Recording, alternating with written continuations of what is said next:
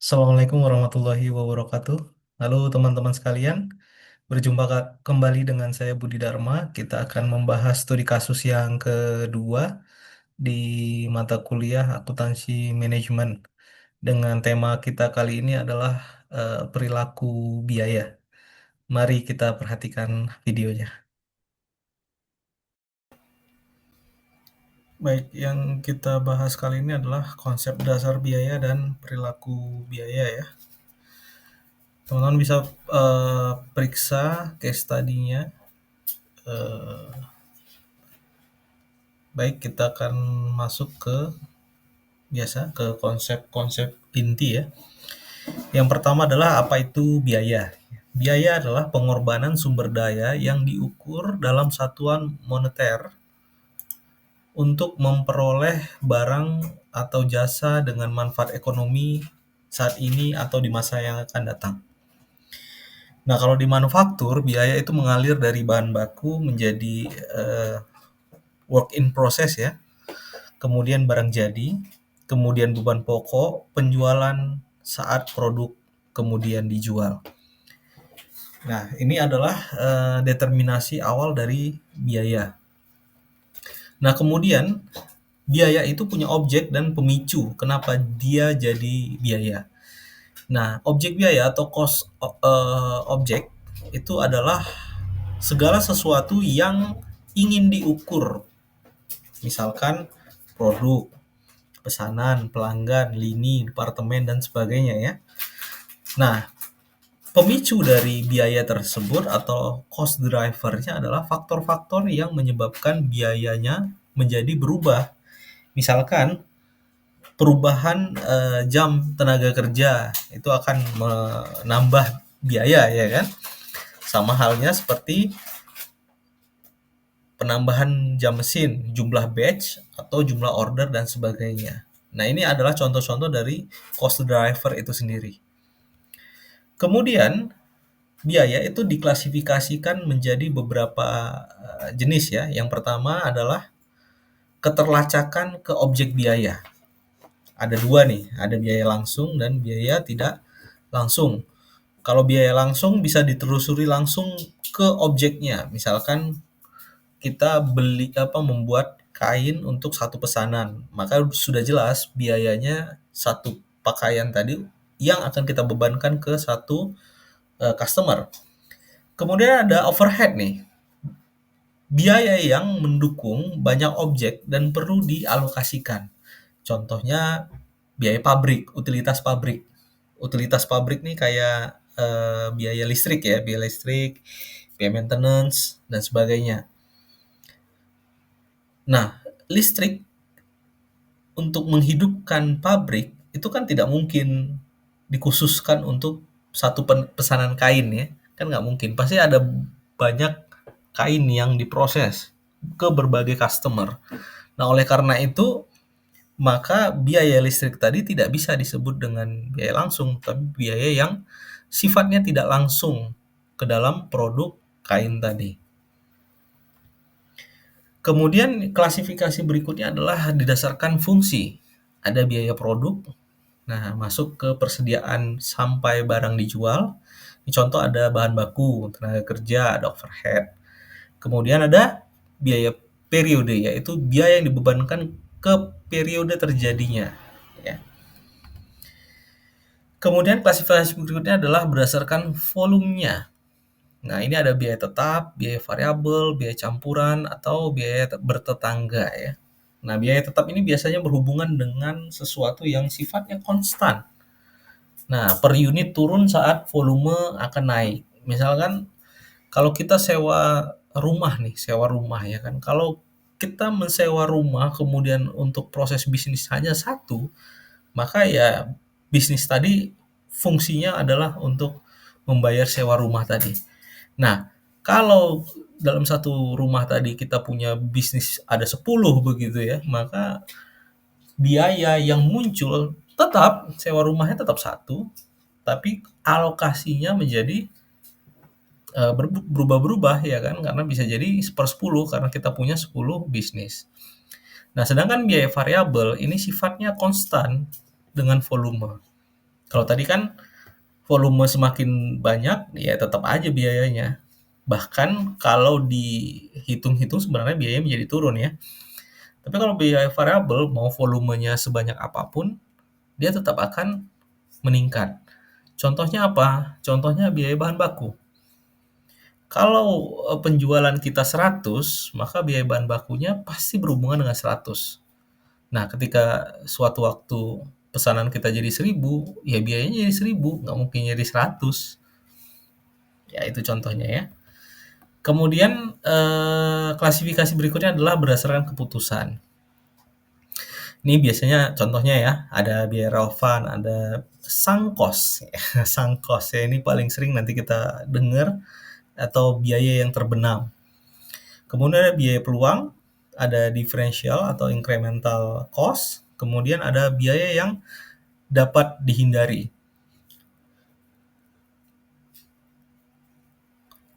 Biaya relevan, ya ini contohnya adalah biaya yang akan berubah karena keputusan yang akan dihadapi. Kalau biaya sunk cost tadi adalah biaya yang sudah terjadi dan tidak relevan untuk keputusan yang ada masa akan datang. Contoh misalkan ya, ketika kita beli mesin atau sepeda motor lah gampangnya, sepeda motor, maka kita harus paham bahwa ada sunk cost, ada biaya yang pasti terbenam. Tapi di dalam aset ya, di dalam aset sunk cost tadi merupakan prediksi nilai akhir dari produk tersebut. Nah, semakin besar prediksinya, ya makanya sebenarnya semakin baik ya, karena biayanya sudah kita alokasikan di depan besar. Nah, berikutnya adalah klasifikasi biaya berdasarkan pengendalian. Nah, ini ada biaya standar versus aktual. Kemudian ada prime cost, ya DM plus DL. Kemudian ada biaya konversi nih, DL plus MOH. Apa sih DM, DL, MOH? Ya, ini tadi sudah dijelaskan ya, berdasarkan fungsi. DM itu biaya bahan baku, DL adalah tenaga kerja, dan MOH adalah overhead. Kemudian ada biaya kualitas nih, ada biaya yang muncul akibat kita menjaga kualitas produk kita. Ini biasa biaya pencegahan, penilaian kegagalan internal, dan sebagainya ya. Nah, berikutnya adalah aliran biaya di dalam manufaktur. Di dalam manufaktur, biaya produksi itu dikumpulkan sebagai biaya barang yang akan diproduksi atau COGM. COGM ini secara sederhana adalah DM terpakai plus DL, bahan baku yang terpakai plus tenaga kerja plus overhead ya, kemudian plus work in process di awal yang kemudian dikurangi di akhir ya. Kemudian ada COGS. Nah, COGS ini adalah saat barang dijual ini menjadi beban produksi. COGS itu adalah persediaan barang jadi yang sudah jadi nih ya, ditambah COGM tadi, kemudian dikurangi persediaan barang jadi akhir. Oke, ini analoginya bagaimana biaya itu berubah dari manufaktur ke proses penjualan ya. Kemudian adalah bagaimana cara menetapkan biaya produk. Nah, di sini saya akan memberikan setidaknya ada 3 alternatif cara menetapkan biaya dari produk. Yang paling umum ada job order costing, kemudian ada proses costing. Nah, ini pembiayaan ya atau penetapan biaya didasarkan dari proses ya. Biaya rata-rata per unit ekuivalen. Nah, yang paling populer adalah activity based costing, yaitu penetapan biaya didasarkan penelusuran terhadap biaya tersebut ke aktivitasnya. Kemudian ke produknya berdasarkan cost driver dari aktivitas-aktivitas tersebut. Masing-masing cara biaya tadi punya kelebihan dan kekurangannya ya. Kemudian perilaku biaya dan hubungannya dengan anggaran. Nah, teman-teman boleh memahami bahwa fungsi biaya misalkan Y sama dengan A plus BXY sama dengan A plus BXY ini membantu membuat anggaran fleksibel menyesuaikan ke volume aktual serta analisis CVV dan titik impas. Nah, kalau kita lihat fungsinya, ini adalah fungsi linearitas ya. Output sama dengan gradien ditambah konstanta dari XY. Pemisahan biaya campuran dapat dilakukan dengan metode high-low atau regresi untuk memperoleh komponen tetap dan variabel per unit aktivitas. Oke, itu tadi adalah konsep-konsep yang perlu teman-teman pahami ya. Nah, sekarang kita akan bahas studi kasusnya.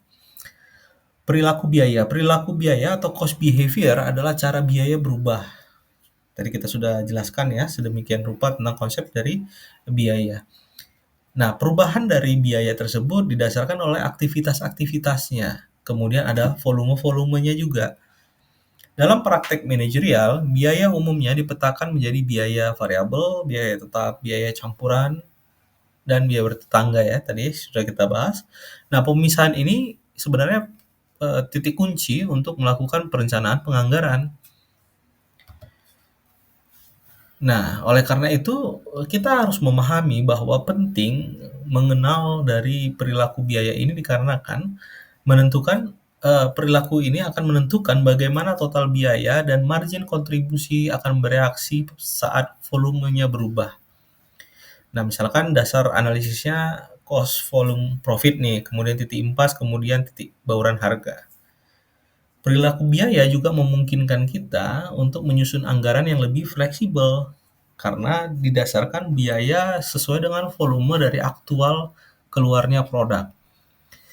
Nah, perilaku biaya juga menjadi pondasi nih ya, paling dasar dari estimasi biaya ke depannya dan bagaimana pemisahan biayanya terhadap biaya campuran. Kita bisa menggunakan berbagai teknik statistik ya untuk membantu proses ini.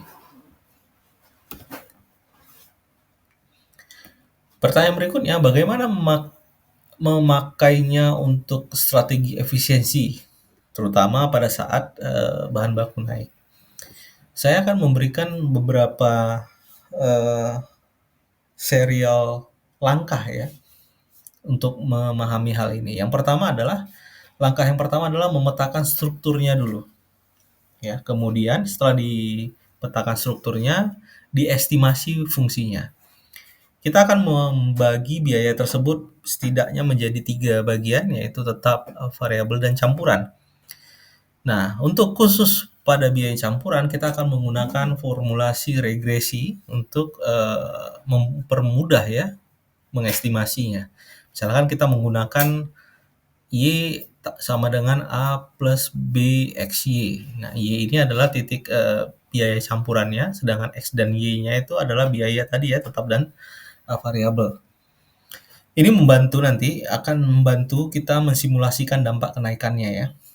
Kemudian langkah berikutnya, kita akan menyusun langkah anggaran fleksibel berbasis volume dari aktual. Kita harus membangun anggaran dengan komponen variabel dan tetap tadi.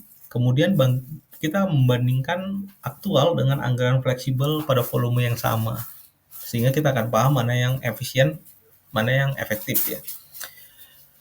Langkah yang berikutnya adalah melakukan analisis variansi untuk mempertajam sumber dari selisih yang kita temukan. Kita akan fokus kepada material yang sifatnya langsung, kemudian material yang punya price variance yang tinggi untuk memisahkan dampak kenaikan dari harga beli dan faktor yang lain. Kemudian tetapkan praktik pelaporan variansi sehingga standar antara perubahan dari harga tersebut bisa terlacak. Langkah berikutnya adalah menggunakan metode CVV ya dan margin kontribusi untuk opsi dari respon. Nah, di sini kita akan melakukan proses uji skenario, yaitu penyesuaian harga jual, bauran produk dan sebagainya untuk berbagai target volume penjualan. Nah, di sini kita akan menghitung berbagai alternatif kontribusi margin dan titik impas yang mungkin masuk akal kita akan dapatkan. Langkah berikutnya adalah turunkan taktis ya. Nah, kasus kita kali ini adalah garment. Setidaknya dari pertama sisi pembelian, kita harus negosiasi dulu dengan pemasok, kemudian memberikan kontrak minimal jangka menengah agar harganya tidak terlalu fluktuatif ya. Kemudian alternatif konstruksi dari kain, kita harus menemukannya sehingga eh, jika terjadi perubahan harga ini akan membantu kita mengelola dengan baik.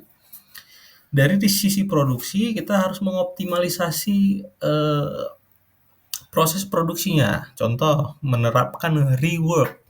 Rework ini artinya yang reject balik ke produksi lagi untuk diproduksi ulang, diperbaiki lah ya. Yang berikutnya adalah perencanaan volume. Di sini kita akan melakukan penjadwalan produksi dengan baik dengan memanfaatkan kapasitas tetap dan menurunkan biaya tetap per unitnya. Sehingga anggaran menjadi fleksibel dan variance overhead-nya juga bisa dikendalikan. Nah, berikut adalah beberapa referensi yang saya gunakan untuk menjelaskan materi ini. Baik, teman-teman, terima kasih atas perhatiannya. Semoga apa yang kita bahas ini bermanfaat. Terima kasih. Billahi taufiq wal hidayah. Wassalamualaikum warahmatullahi wabarakatuh.